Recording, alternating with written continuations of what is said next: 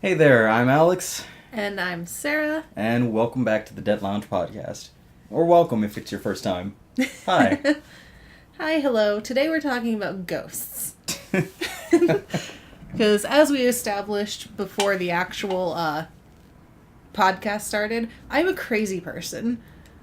I mean, is it really crazy though? So I don't know. I believe quite strongly in the paranormal and all that stuff. Like, I'm skeptical about it, but I believe in it a lot. I don't know where you stand on that. Like, I want to, but I have no reason to. That's kind of where I stand. It's like it would be really fascinating to learn that these things exist, but outside of stories and like second or third hand encounters, there's just not enough like recent evidence. These things could have happened in the past. That's one thing, but it doesn't occur now. So it's like it might as well not exist if it does. so you've never had any kind of experience Nope. or nothing unexplainable? No, not at all. The only unexplainable things I can ever think of are like, you throw a coin in the air and it never lands on anything. Like it just disappears into the void. See, I have enough stories that like it makes me feel like I come across as like someone who's just making shit up. like, and like I see a lot of like YouTubers who talk about like paranormal stuff, and a lot of them like mention feeling like the paranormal just kind of follows them because they're sensitive to it. And that's one of the things with like uh with ghosts and that kind of stuff. They want you to notice them, so they tend to gravitate towards people who are already prone to like seeing or hearing or feeling them because they want to be acknowledged. Well, see, that's the only issue with like the acknowledgement of the paranormal, and part of why I have a hard time like accepting it is like there is like a romanticism of the paranormal that is exploited Oh out yeah. there, and it's that like that's the level where people start talking about paranormal encounters and things like that, and that's the level that you go to because it's like you read books and you watch movies and paranormal stuff happens and it's fascinating, and then you watch the documentaries of paranormal investigators and Yeah. they're just A walking lot of those around. paranormal investigation shows are total bull. Yeah, they're just Like- they're just walking around in the dark with night vision goggles, and suddenly they enter a room with nothing but a chair in it, and suddenly the chair moves the moment they move the camera away from it. Yeah. And suddenly it's like, oh my god, that was a ghost. Or you hear Like you get just like these random like freak outs, like nothing happened, but everyone just freaks out and runs away, yeah, and you don't know why. yeah, and then there's Or all all these noises that the background music is too loud for you to be able to hear. yeah, and then they're always doing the thing where it's like they're back at the headquarters and they're listening to the recordings again, and it's just silence, but every now and then you hear like something, and it's like chances are this was just them in that room making some weird ass noise.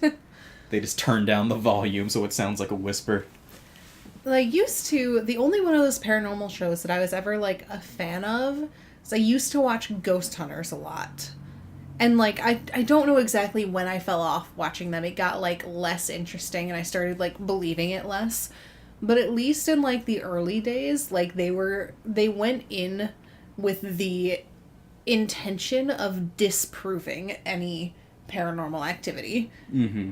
which I really liked as a concept, because if you're going in and you're trying to disprove something, then like that means you're exploring every other option but the paranormal, and it makes it feel more real to me. They probably were also full of shit, but like But yeah, it's like but it was more interesting to watch. I mean that's a different angle than like most of these paranormal shows of like if you're going in to prove that it doesn't exist, then like chances are you're not going to be disappointed. Like the only conclusion aside from hey, we've done 8 seasons, we've come to the conclusion that ghosts don't exist, is, hey, so after 8 seasons, there's a lot of shit that we can't explain that happened here. Mm-hmm. Like, maybe ghosts are a thing?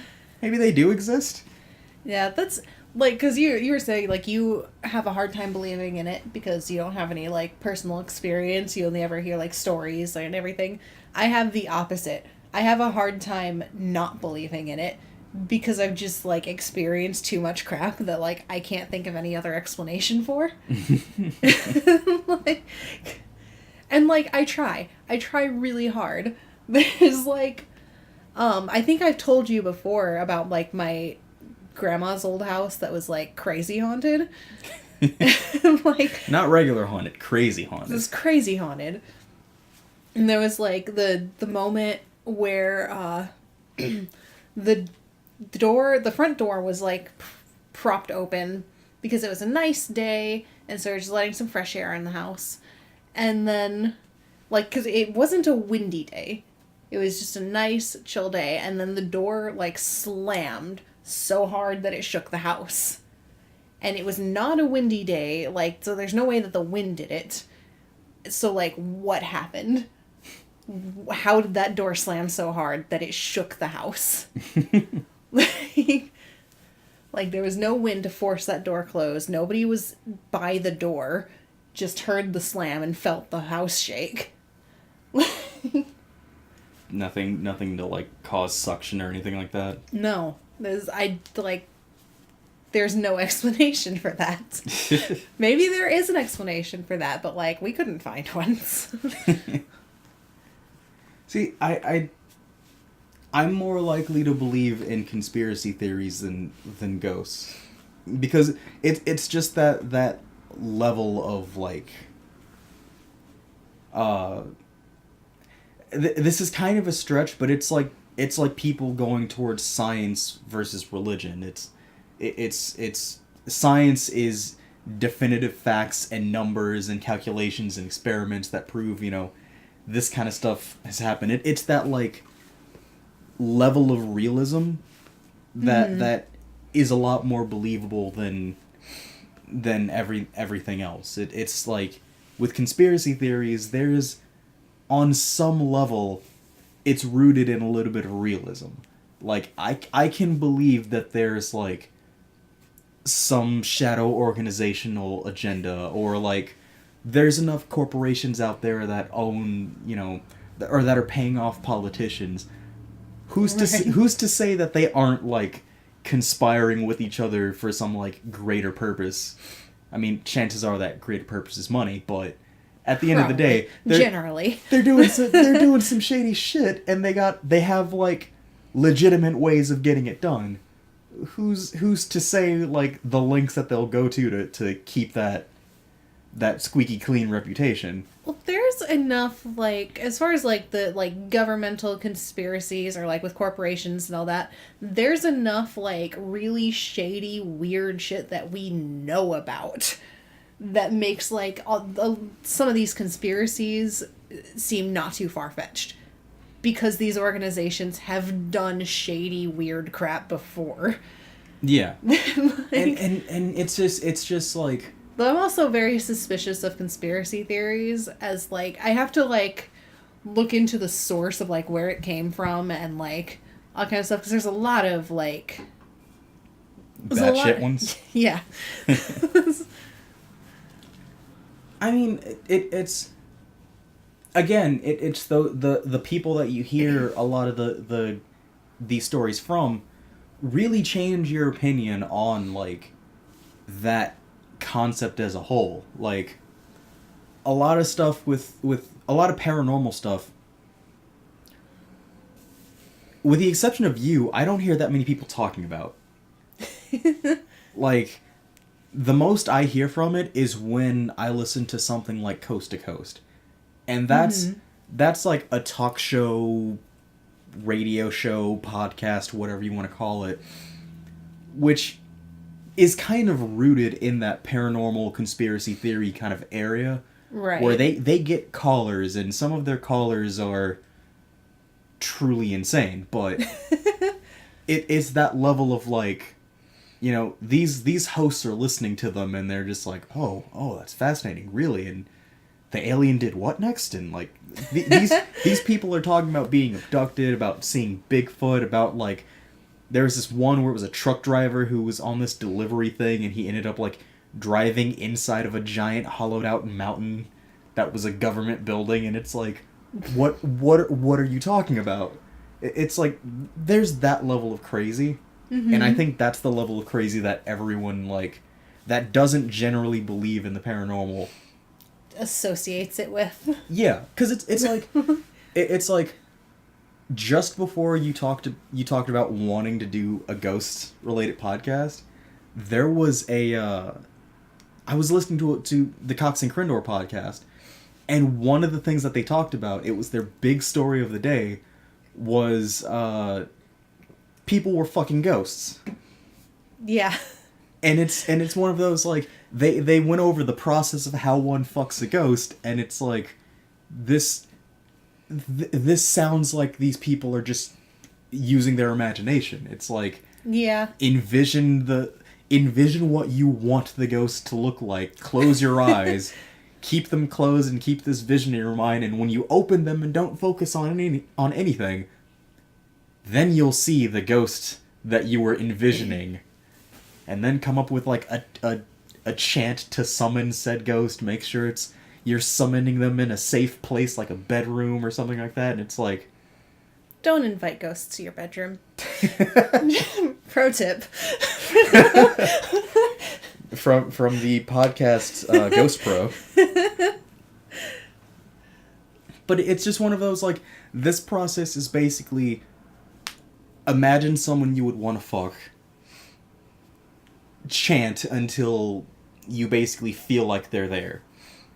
Mm-hmm. So basically make an imaginary friend and imagine yourself fucking them. Right.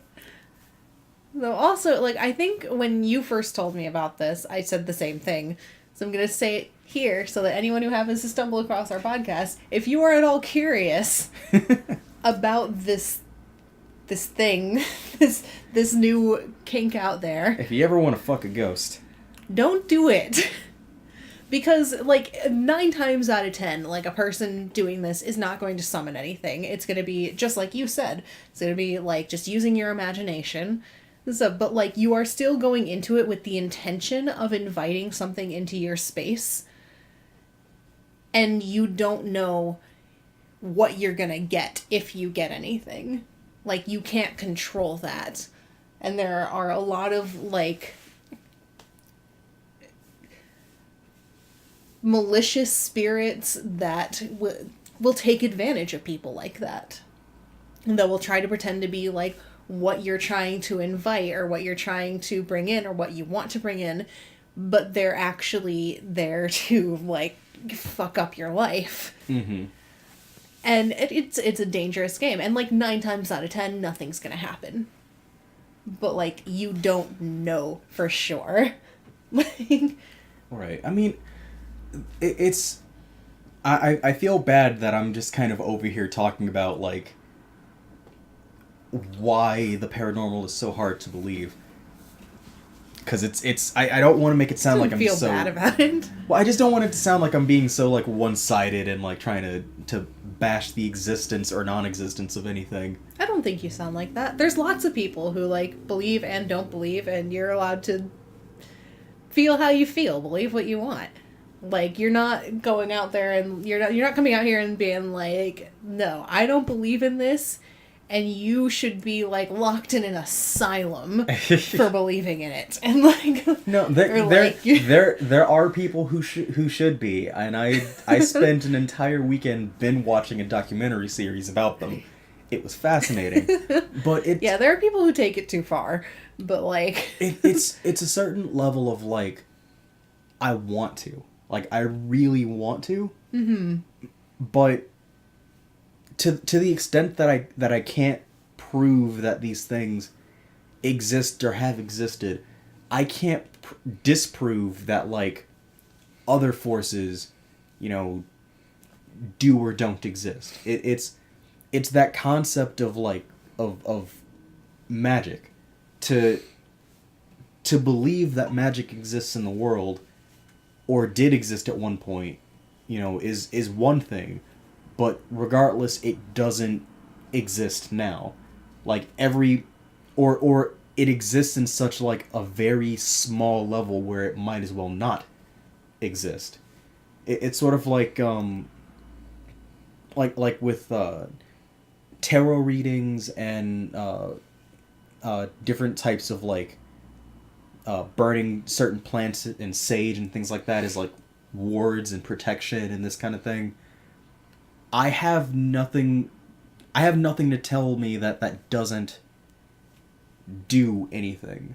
Mm-hmm. But at the same time, like, when it comes to tarot readings, a lot of the times you hear the thing that you want to hear. You get the cards and you listen to what they say, and it applies to you because you want it to. I'm not saying that always does, but like most of the time when people go to read to readings and things like that, regardless of whatever the psychic says, you instantly think, how can I justify this? How can I apply this to me? Right. Same thing with zodiac signs, and you get your horoscope, and it's suddenly how can I make this about me? Like how can I take this daily horoscope and turn it around and be like, okay, this makes sense because I'm a Scorpio. Like, not that those things don't matter, not that they don't exist, but it's such like a fickle formula, because a lot of the times anyone from any zodiac can look at a horoscope and apply that to themselves, to their personality. Mm-hmm. A lot of times you get a tarot reading and it's so basic of like, you want love, you want happiness, you want good fortune, that regardless of what it says, you're going to accept it because it is what you want at the end of the day. Right. That it's just really hard to... It's really hard to it's suspension of disbelief. You have to let yourself believe that these things exist and that this is, this special thing, that this is this like abnormal thing that is occurring before your eyes. Like, right. I have no reason to believe that they don't exist, but I have no reason to believe that they do. I don't know, I feel like I've been repeating myself so much. I feel like with psychics are another thing you have to watch out for. A lot of them are real full of it. But with tarot cards and also like magic, there's a lot there that like I'm trying to like summarize my response to. But you're someone that does, that's like interested, and you've done readings before. I do want to get another reading from you at some point. Like, it's fascinating. One of the big like criticisms of tarot cards is how general they are, but like they're supposed to be. If they were highly specific, then nobody would be able to relate to them. Yeah. Like, you're supposed to be able to, like, apply that general statement to your situation because that's what the cards are trying to tell you. Like, that's where whatever force, whatever you believe is working through this, that's what they're trying to make you think about. And that's supposed to be, like, the theory behind tarot cards. Like, they're supposed to be general. Like, you get the specifics through knowing the specifics about your own situation and, like, right. yourself. And, like... There's no way that other person could know the specifics of your life. Right. And, like...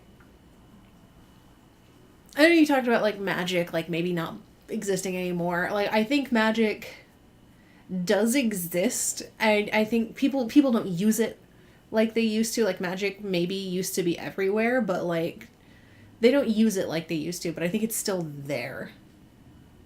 It's just not acknowledged like it used to be.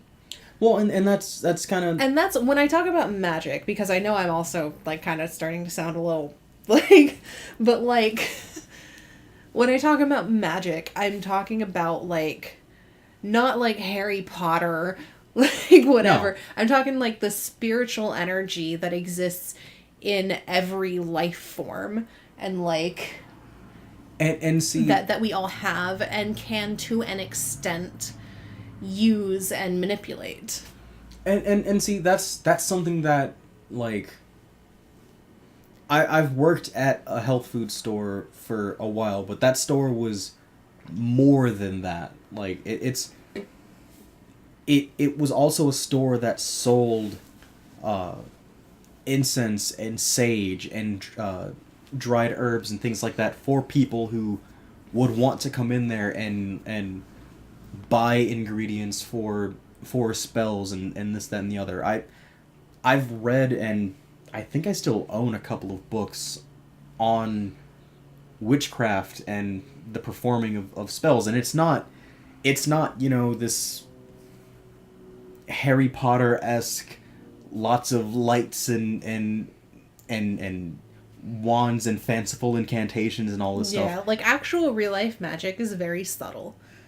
Yeah, And, and like, and that's kind of that's kind of the line that I was kind of going with when I said that if it does exist, it exists in a level that's so small it might as well be non-existent.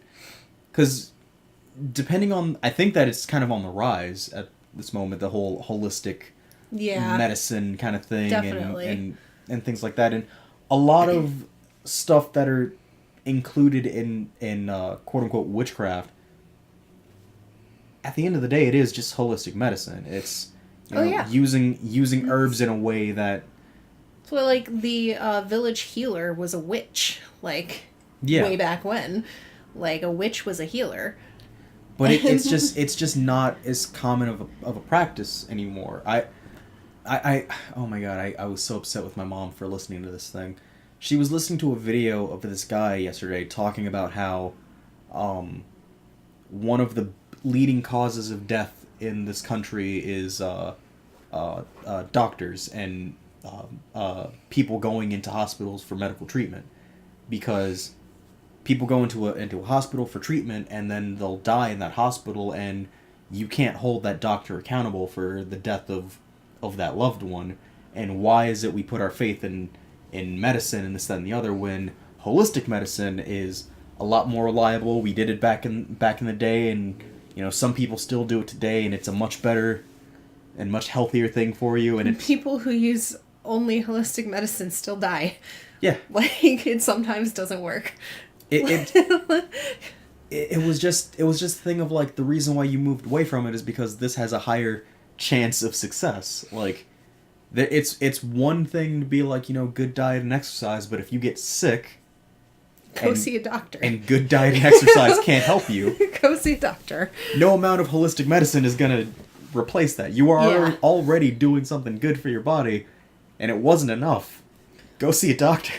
Yeah, I'm always, with, like, stuff like that, I'm always gonna push for, like, herbal remedies first, but if the herbal remedies don't work, then you need to go seek, like, An actual an doctor. actual doctor. Yeah, but it's just all of this is to say, I want things to exist. I want to believe in, like, ghosts and magic and things like that. It's just really, ghosts are hard because, like you said, if they do exist, they latch on to people. They want recognition. They want attention. Mm-hmm. That's not to say that a ghost will give everybody that attention. So, like, you go to your grandma's house and it's like massive spooky shit's happening. Like, that is something that's that is an experience unique to everyone in that house. Mm-hmm. Or if that ghost is, like, latching on to you specifically, that is an experience that is unique to you. But I'm not going to experience that unless I end up in a place that's, like, super haunted. A ghost sees me there and it's like, you're the person I'm fucking with for the rest of your life. Like, that it's such a unique experience that it's that I forget the term, but basically it's not me. Right. It's not me, and that's such a, you talk about your own experiences with ghosts, and to someone else you might sound like a crazy person, but that's just because they've never experienced that. They don't know. So you might as well just be spouting bullshit. Right. But I still think we should go on a haunted road trip. I know I've brought that up before. Go on a haunted road trip, make a believer out of you. That's something I want to do, like, go, just not, converting someone to the crazy side, but, like, going on a haunted road trip, like, going around, like, everyone visiting these, like, famously haunted locations, or even some, like, maybe not as, like, crazy famous, because... I found a place the other day, and I need to remember what it's called. It's a mass grave in Chicago. Chicago is full of haunted places. So there's been a lot of, like, really terrible stuff that has happened in Chicago with, like, mass deaths and stuff. Like, there's a lot of energy in the city. That's that, it. like, Showman's Rest. Showman's Rest. I want to visit Showman's Rest. It's basically a spot in Chicago where it was this massive, like, circus train, and it was a massive crash, and everyone in the circus died. And it was, like, to the point where they just dug a giant mass grave to put all these people in, and have, like, it's like a landmark now. Mm-hmm. In Forest Park, I believe. Yeah, Forest Park, Illinois. So Showman's Rest, a plot of 750 graves. Wow. See, Chicago is really fascinating for, like, spiritual activity. Because there's stuff like that. There was, that time where the entire city caught on fire and, like, like, so many people died. And, like, there's just a lot of really interesting stuff. I'd really like to stay, what is it? I think it's, like, the Congress Plaza Hotel. That, like, it's supposed to be super haunted, and I really want to stay there, but it's so expensive. Like, I know, like, so many Chicago hauntings are connected with, like, Capone. We've walked in front of this place before. Yeah. And it's, a lot of these, places are connected with, like, Capone, because Chicago. But, Al Capone had, like, I don't remember if he, like, lived there for a time, or if he just had, like, stayed there a lot, but he really loved the Congress Plaza Hotel. And, like...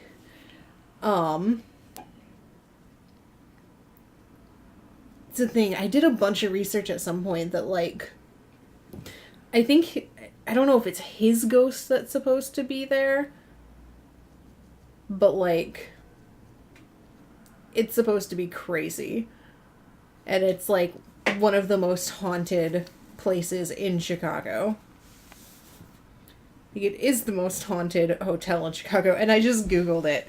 And the first link that I got to was, like, this TripAdvisor thing. This TripAdvisor review that's haunted and terrible stay. And it got, like, 1 out of 5 stars for being haunted.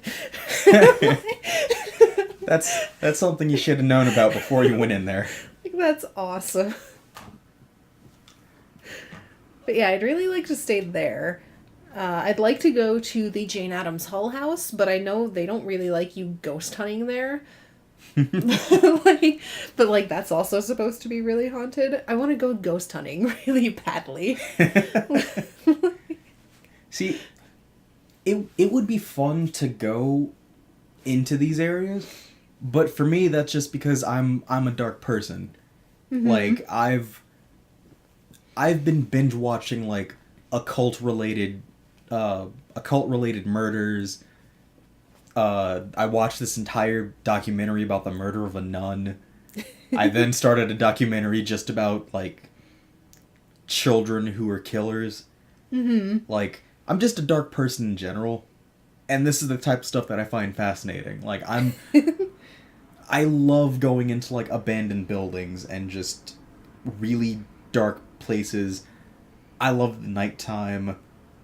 One of the greatest things to me is just, like, the type of road where it's just heavily wooded and, like, especially when right after the winter when the weather's warming up and it's just dead trees Right. everywhere, like the type of road where you feel like you would get murdered. That's the kind of place I would want to live. That's not a normal thing. I don't know. I've always had like my favorite like kind of house that I've always wanted to live in is like just going to be a haunted house by default because I love those like really old Victorian style houses. And that's just gonna be haunted by default. It's just like it comes with the deed. Like you get the house just like somewhere by the dotted line. It just like comes with ghost. That's on the Zillow page. Yeah. 2 bed, 1 bath, 1 ghost. What was it? I'm trying to think. I can't remember. I don't know why I can't remember what he's called. He's like... that's a weird way to phrase it.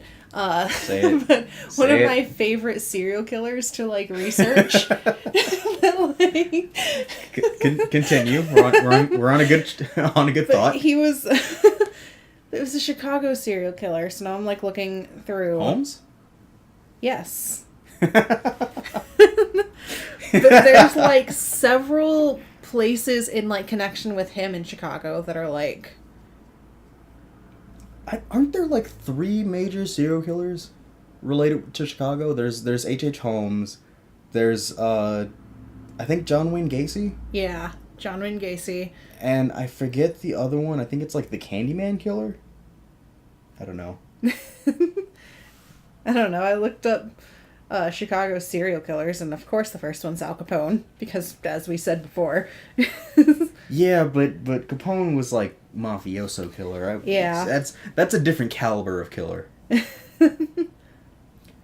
Oh my god. I was during one of the documentaries, there's this I didn't realize that this was a thing that happened in Mexico at one point.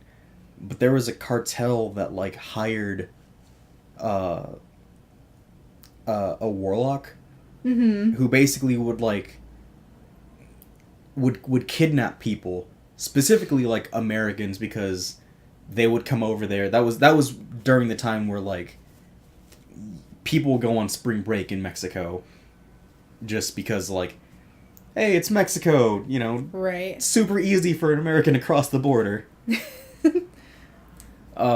And they would basically take one of those assholes who it's like, oh, college, whatever, going on a trip, let's get massively drunk and pass out in an alley. And he would basically just like mutilate them and take their bones and stuff and perform like spells and incantations to like protect the cargo of the cartels and make sure that they went over the border with no trouble and that kind of thing. Right. And I think he ended up eventually like leading the cartel. It was wild. It was an amazing documentary. I might rewatch it.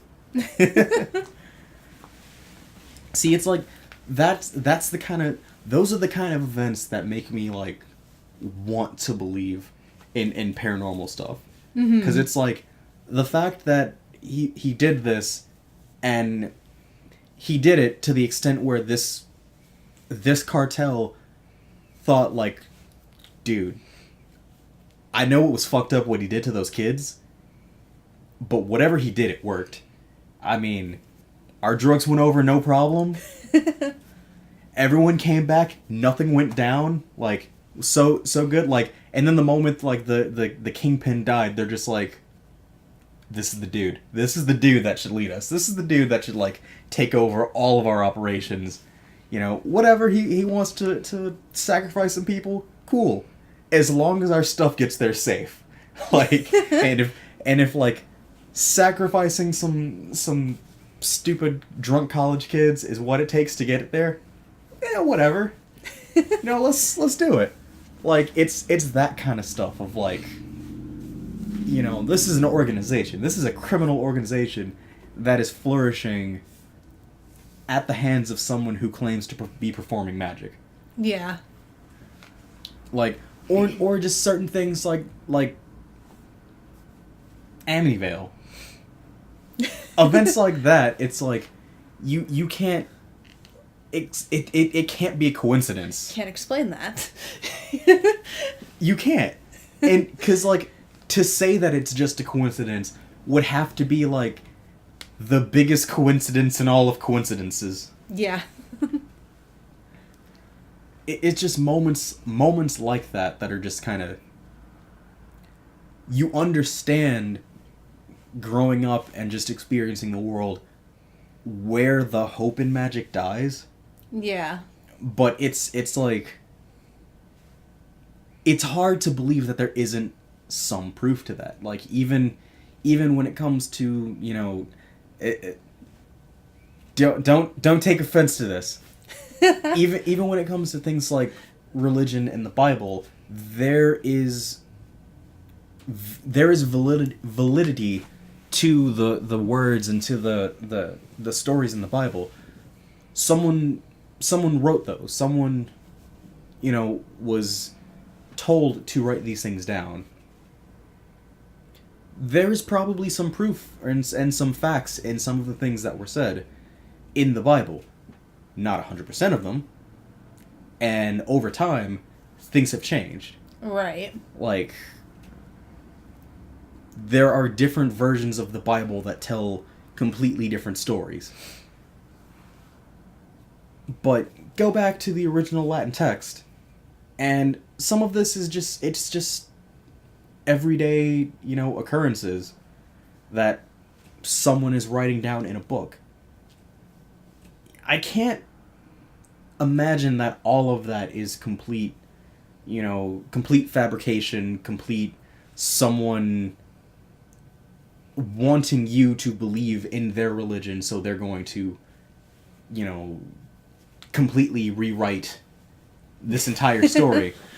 I can accept that if, like, you know, an Americanized version of the Bible or an American translation or a new version of the Bible and someone changes these stories to fit their needs. That I can believe. But I can't believe that the original one was made with that intention. Mm-hmm. Like, I can't believe that the first Bible, the OG Bible... OG. I can't believe that had that same intent. Like, I don't see, you know... I see people going into stuff with these you know, witchcraft and all of these incantations and things like that. Someone had to teach them that. Mm-hmm. Especially to, like, the degree that some of these people go to. This is something that you're taught. Which means that you have to believe that this worked. You have to have been shown this and shown that it worked. And, like, it's one thing for it to be, you know, a coincidence. It's another thing where if it keeps happening and the coincidences keep happening and it's just suddenly it's not a coincidence anymore. Suddenly this is a pattern. This is cause and effect. Right. Something is making this happen. I know, it's like a much bigger conversation when you start getting into, like, religion and, like... Yeah. that kind of stuff. Like, I don't know exactly what I believe religion-wise. I do think that there is some kind of, like, higher power. I don't know what that higher power is.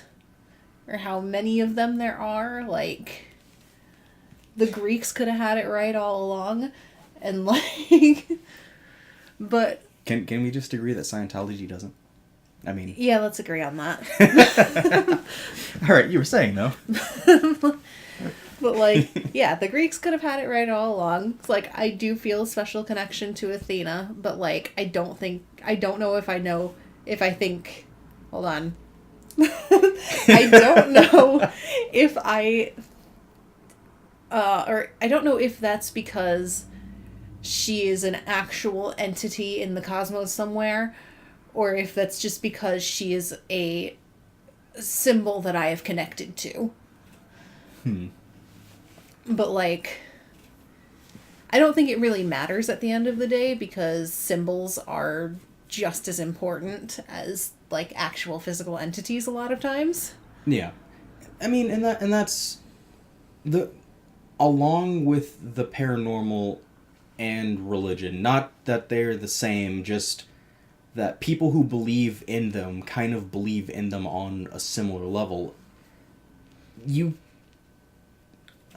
I don't want to be that asshole that takes it away. Mm-hmm. You know, I am not a religious person. I'm also not an atheist. But I don't like those... I don't like the atheists that they don't believe in God, they don't believe in religion, so their purpose in life is to disprove it to everyone else. Yeah. Like, I don't believe in it, therefore you can't either. Same with the paranormal. This is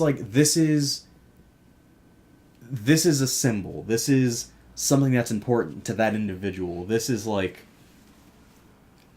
It's something that fascinates them, something that gives them joy, maybe gives them hope. And that's my big thing about, like, the paranormal. Like, I'm not afraid of the paranormal. I am endlessly fascinated by it. Like, I am too. I'm just I'm just a bleak person. So I have little hope in the world. So it makes sense that I have little hope that this exists. But I do have hope. Mm-hmm. Like, I do want the paranormal to exist. no, see, I think, I don't know, one of the big things, I've talked about, like, my grandma's house as, like, a big thing that, like, pushed me to, like, being a person who heavily believes in the paranormal.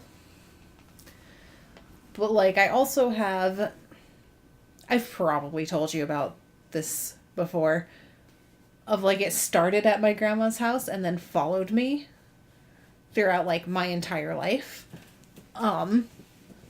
But the first year of my life as a baby, like, after I was born, my parents still lived at my grandparents' house.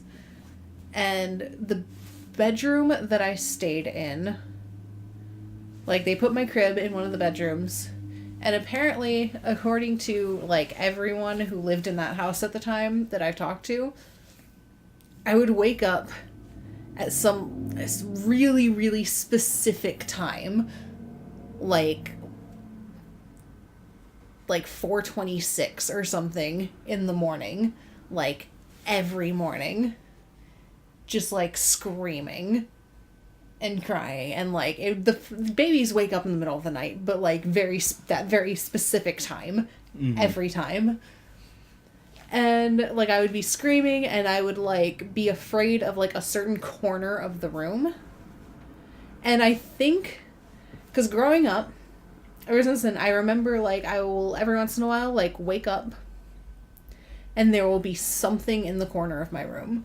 And, like, I can't say for sure if, like, shadows playing tricks on me, or, like, my eyes just, I'm half asleep, so I see something.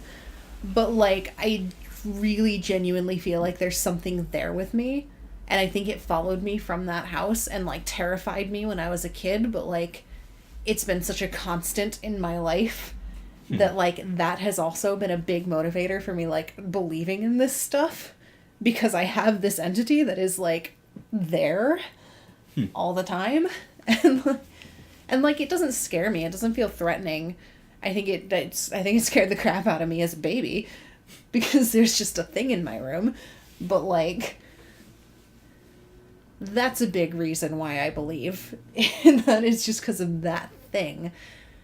And I don't know if it's like, if it's some kind of like guardian or it just likes me or like what. But that's a thing that I have in my life. You know, kind of related to that, I have a weird question, and I think I have the idea for the next episode.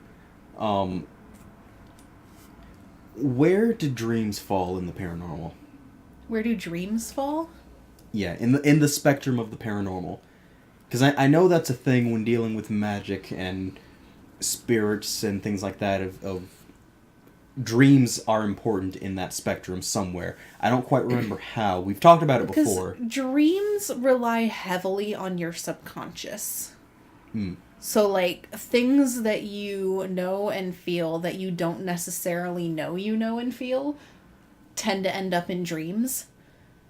And I think there's also, like, theories surrounding, like, lucid dreaming and ending up kind of, like, in the veil between worlds kind of deal of, like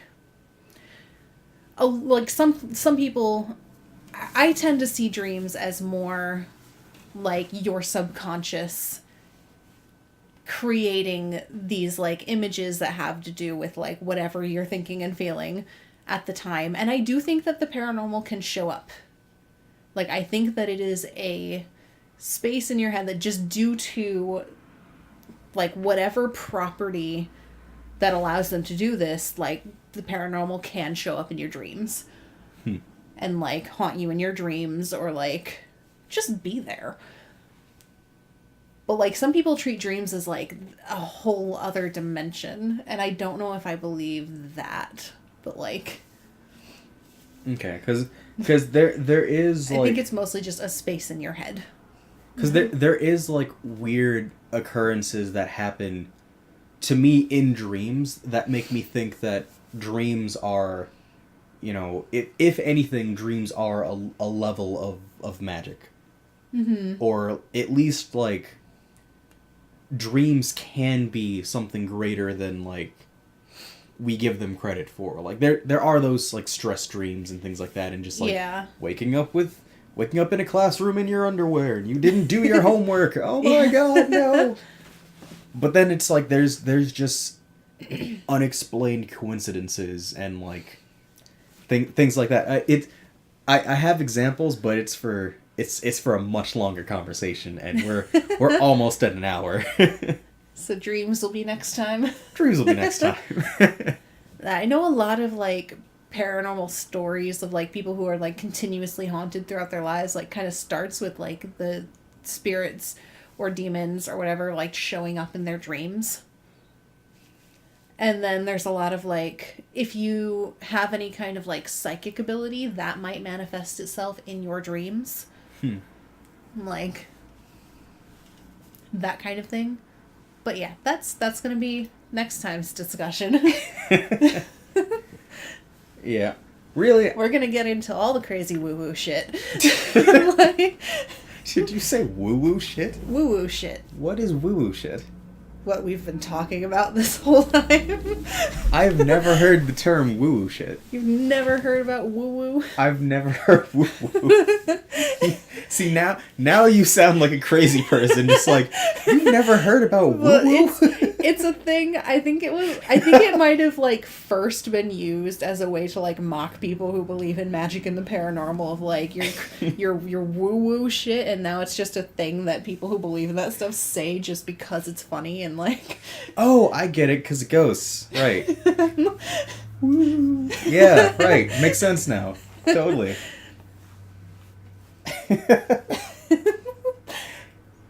Yeah, alright, dreams next. And on that note, I don't even really know what we said about the paranormal. I think we just rambled for a while. That's okay. Yeah, that's the goal. Hopefully you enjoyed it. Post in the comments wherever this is posted. Because, listen, I'll get to YouTube. I've been slacking.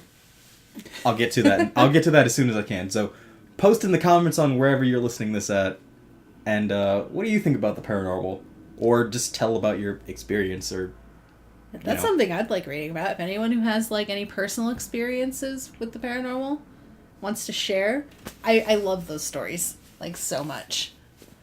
That's why, like, I follow people like Loey Lane and, like, that side of YouTube a lot, because I just love hearing about other people's experiences. I just like hearing about other people's stories in general. Maybe that'll be a episode one day. Not the next one. Next one's Dreams. It's confirmed. It's canon. It's coming. On that note. But eventually. Yeah. But for now. On that note, but eventually, but for now. We've been the Debt Lounge Podcast. You have been you. Have a nice day. Bye.